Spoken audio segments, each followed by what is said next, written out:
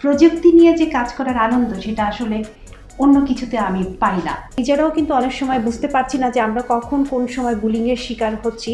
সেই অ্যাওয়ারনেসগুলো ক্রিয়েট করা ভীষণ পরিমাণ জরুরি। প্রযুক্তির সাথে যখন আর্টিজানদের বা উদ্যোক্তাদের একটা কোলাবোরেশন করা যাবে, তখনই খুব সহজেই তাদের প্রোডাক্টগুলো আমরা বাইরে নিয়ে যেতে পারবো।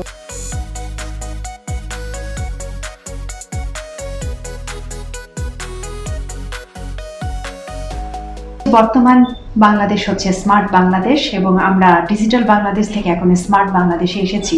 প্রযুক্তি নিয়ে যে কাজ করার আনন্দ সেটা আসলে অন্য কিছুতে আমি পাই না। ইংরেজি সাহিত্যের অনার্স এবং পাশাপাশি প্রথমে গ্রাফিক্স এবং মাল্টিমিডিয়া এবং পরবর্তীতে হচ্ছে কোডিংয়ের উপরে পড়াশোনা করি ধীরে ধীরে, ডুয়াল ডিপ্লোমা।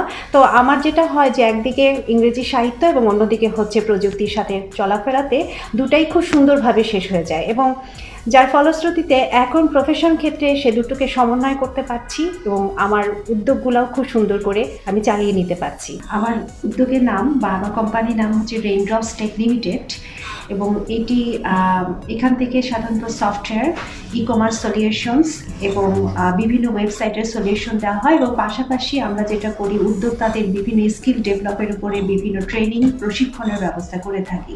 আমাদের বেশ কিছু প্রজেক্ট আছে এবং সেই প্রজেক্টগুলো আমি ধীরে ধীরে, মানুষের স্বপ্ন তো একদিনে সম্পূর্ণ হয় না, ধীরে ধীরে সেই স্বপ্নের পথে যেতে হয়। তো আমাদের সেই প্রজেক্টগুলোর মধ্যে একটি হচ্ছে দেশজ ক্রাস, যেটি হচ্ছে বাংলাদেশের কুটির শিল্প নিয়ে কাজ করছে এবং উদ্যোক্তারা যারা বাংলাদেশের প্রোডাক্ট নিয়ে কাজ করছে, যারা বাংলাদেশের প্রোডাক্টকে ভালোবাসে তাদেরকে গড়ে তোলা, তাদের প্রোডাক্ট ডেভেলপ করা, এবং সবচেয়ে বড় যেটা হলো যে যেহেতু আমি প্রযুক্তির মানুষ, তাদেরকে আইটি বান্ধব করা। আমাদের বর্তমানে সাইবার বুলিং বা যেটা ফেসবুকের বিভিন্ন ধরনের বুলিংয়ের শিকার হচ্ছে মেয়েরা, আমরা নিজেরাও কিন্তু অনেক সময় জানতে পারছি না, নিজেরাও কিন্তু অনেক সময় বুঝতে পারছি না যে আমরা কখন কোন সময় বুলিংয়ের শিকার হচ্ছি। সেই অ্যাওয়ারনেসগুলো ক্রিয়েট করা ভীষণ পরিমাণ জরুরি। এগুলো এক ধরনের বাধা, আবার এই বাধাগুলো উতরানো সম্ভব যদি আমরা একটু সচেতন হই। ভালো কিছু করতে গেলে অনেক কিছু একসাথে মাথায় চলে আসে, আমি জানি না, আমি চেষ্টা করে যাচ্ছি। আমার এই আইটি কোম্পানির পাশাপাশি আমার একটা পত্রিকা ছিল, ম্যাগাজিন ছিল লাইফস্টাইল, এবং সেটা সম্পাদনা করতে গিয়ে তখন যেটা হলো যে আমাকে বিভিন্ন প্রত্যন্ত অঞ্চলে যেতে হতো, আর্টিজেনদের সাথে ওঠা বসা করা হতো। তখন দেখতাম যে তারা এত প্রযুক্তি থেকে পিছিয়ে আছে, তারা কিছুই জানে না শহরের কোনো কিছু, বা মাঝখানে ব্যক্তির জন্য তারা তাদের মানে যোগ্য যে তাদের পাওনাটা সেটাও পাচ্ছে না। তখন মনে হলো যে কি করে এই জায়গাটাকে দূর করা যায়, এবং সেই থেকে আমার সমন্বয়ের চিন্তা মনে হলো, এবং প্রথমেই মনে হলো যে প্রযুক্তির সাথে যখন আর্টিজানদের বা উদ্যোক্তাদের একটা কোলাবোরেশন করা যাবে, তখনই খুব সহজেই তাদের প্রোডাক্টগুলো আমরা বাইরে নিয়ে যেতে পারবো। আমরা এখানে 5 জন নিয়মিত কাজ করছেন, এবং এছাড়া অসংখ্য ফ্রিল্যান্সার আছে যারা দেশের বাইরে থেকেও কাজ করছে। যেহেতু এটা হচ্ছে আমরা অনলাইনের মাধ্যমে অভ্যস্ত হয়ে গেছি, এবং কোভিডকালীন আমার যেটা হয়েছে যে আপস অ্যান্ড ডাউন তো থাকেই, বললাম তো, কিন্তু কখনো তো গিভ আপ করি না। তখন একটু স্বল্প পরিসরে নিয়ে আসা হয়। তখন এখন যেটা করি যে আমি বেশিরভাগই হচ্ছে ফ্রিল্যান্সিং দিয়ে কাজ করাই, এবং সেগুলো দিয়েই আমি সুন্দর করে চলছে আমার। আর আমার যে প্রজেক্ট দেশজ ক্লাস, সেখানে আমাদের 7 জনের একটা ওয়ার্কিং কমিটি আছে, এবং সেখানে সেই কাজগুলো আমি করে যাচ্ছি। আমরা দেশের বাইরে কাজ করতে বেশি কমফোর্টেবল, কারণ সেখানে স্পেসিফিক একটা চাহিদা থাকে এবং স্পেসিফিকভাবে ক্লায়েন্টের রিকোয়ারমেন্ট থাকে, যার জন্য কাজ করতেও স্বাচ্ছন্দ্য বোধ হয়।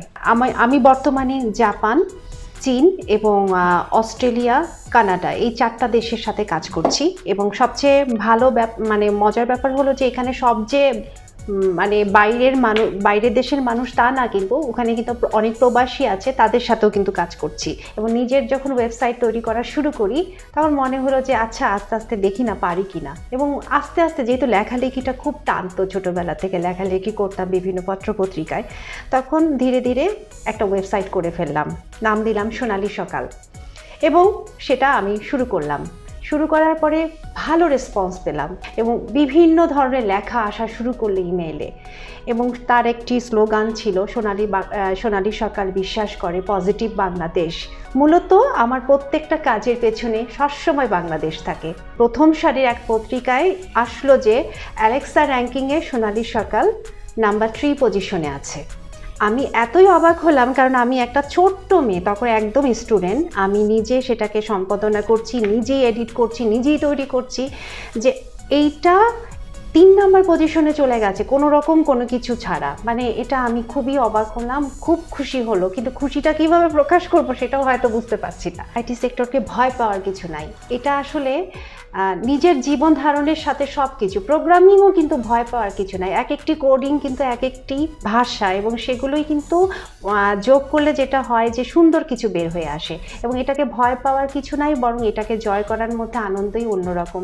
এর মধ্যে সম্ভাবনা প্রচুর। আমার যে ছোট ছোট উদ্যোগগুলো আছে, আমার যে রেইনড্রপস টেক লিমিটেড, তারপরে দেশজ ক্রাফটস, ফেলে আসা সোনালী সকাল, লাইফস্টাইল, এই সবগুলোর সাথে মানুষগুলোকে একত্রিত করে